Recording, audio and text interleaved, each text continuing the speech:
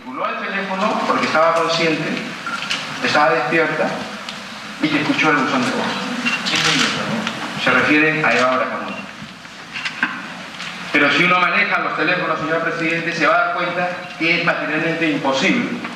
Porque cuando una persona está llamando a otra persona y no le contesta, tiene dos opciones: corta o inmediatamente, automáticamente, por este sistema del algoritmo conmutativo, se va al buzón de voz. Y es más, señor presidente, es cierto que la telefónica utiliza las categorías 1 segundo, 2 segundos, pero realmente lo que hacen es redondear los segundos, porque a veces son milésimas de segundos, pero que lo valorizan como si fuera 1 segundo. Y ese planteamiento está en el contrato que ha hecho la telefónica con el Estado peruano, cuando dice que no pueden tener sobre los datos que ellos exponen infalibilidad. Es decir, siempre hay un mecanismo por la cual incluso en su información nunca son exactos. Pero eso no significa que efectivamente Eva Bracamonte apagó en ese momento el teléfono o que escuchó el buzón de voz. No significa. Solo significa que recibió su celular una conexión y que eso fue en la segunda llamada al buzón de voz. ¿Cómo puedo desprender yo de eso una otra realidad si no la puedo demostrar? Si la sala no tenía un peritaje, cuando le hablaban del buzón de voz, que es el código C161, lo dejaron así. No quisieron descubrir exactamente de qué se trataba, pero todos los que utilizamos celular saben que eso es algo automático, donde las personas no tienen ningún control. Pero ellos, ¿qué es lo que han querido extraer? Sí, estaba despierta a la hora del crimen. Y eso, señor presidente, realmente es como poner un interrogante y luego un manto encubridor. Dice, sí, con las llamadas telefónicas yo puedo demostrar que estaba despierta a la hora del crimen. Perdón, señor doctor. Es exacto. Sí, señor. La señora Kirchner hizo 2 llamadas sucesivas. Sí, con una diferencia de 18 segundos. Ya. ¿Y quién las cortó? Ella misma. No las cortó sus patrocinadas, no. Ella misma cortó las. Cuando uno corta, señor presidente, deja sonar. O si se demora un poquito, se va de frente al buzón de voz. Ella misma las cortó. Ella misma las cortó. Como esta teoría, señor presidente, ha aparecido en la sentencia. Señor Urbano, en la línea de la pregunta del doctor Sánchez, usted hace una afirmación. Fue la señora Kirchner la que llamó y ella misma cortó. Entonces tenemos que entender que la señora llamó y decidió cortar. ¿Esto es compatible con relación a la hora de la muerte de la todavía? A eso voy a llegar, doctor. A eso voy a llegar. ¿Se acredita que estaba viva cuando se efectuaron esas llamadas? Sí. ¿Cómo se puede descartar que este teléfono no podría haber sido usado por quien ocasionó el homicidio? A eso voy a llegar. Una pregunta adicional. Sí, señor. También ocurre que por un motivo que uno ni sabe, de un momento a otro terminamos marcando un número y no lo hemos marcado, sino se ha marcado de alguna manera, en donde tú dirías que no fue conscientemente muy posible. Bueno, voy a dar respuesta a la pregunta.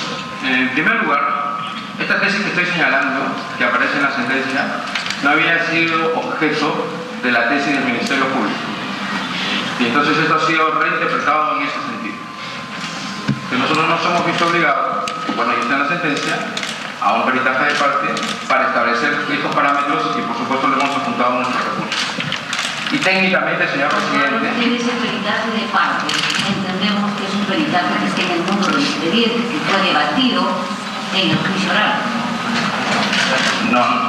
No fue debatido, señora magistrada, porque esa tesis del... siendo una prueba que no fue sometida a contradicción. Pero ¿cuál es el motivo? Esa no era la tesis del Ministerio Público. Ha sido sometida a contradicción y es donde las partes no han intervenido. Bueno, voy a explicar cuál ha sido la tesis original del Ministerio Público. La tesis original del Ministerio Público no está vinculada a este planteamiento de la sala, señor presidente. Señora magistrada, no está vinculada.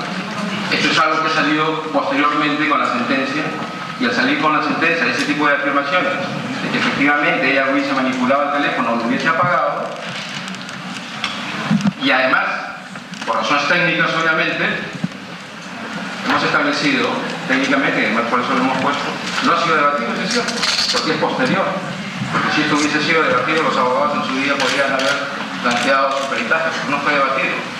Esto es como una conclusión a la que llega la sala con la finalidad de afirmar nuevamente su línea incriminatoria, ¿no? Y obedece a una lógica que ellos utilizaron.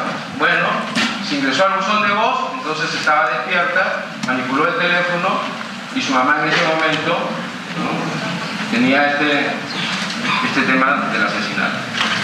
Y ahí tiene la segunda parte también. ¿Cuál es la hora del asesinato? Tenemos 2 horas. La primera hora es del acta del aventamiento del cadáver de Focas 809, que más o menos dice que falleció entre las 9 o 14 horas antes.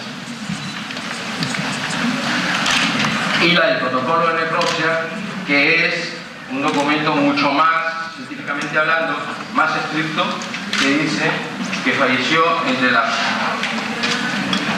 12:30 del día 15 a las 02:30. ¿Esto qué quiere decir?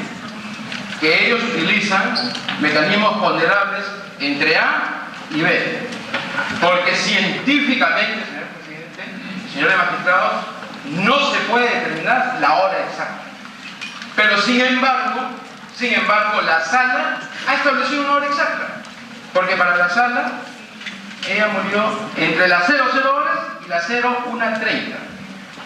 Claro, cuando yo digo 01:30 y la llamada es a las 01:36, quiere decir, siguiendo la tesis original, pero ya presentada de otra manera, la tesis del Ministerio Público, que a esa hora las llamadas las hubiese recibido teóricamente de la persona que había lesionado la vida de su mamá, de su madre.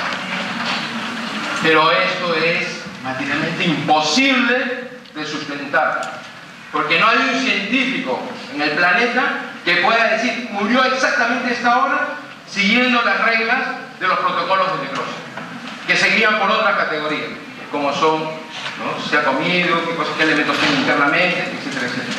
Solo establecen ponderaciones que les pueden servir de A a B. No es posible establecer una hora determinada. Y entonces eso sí se convierte en una arbitrariedad.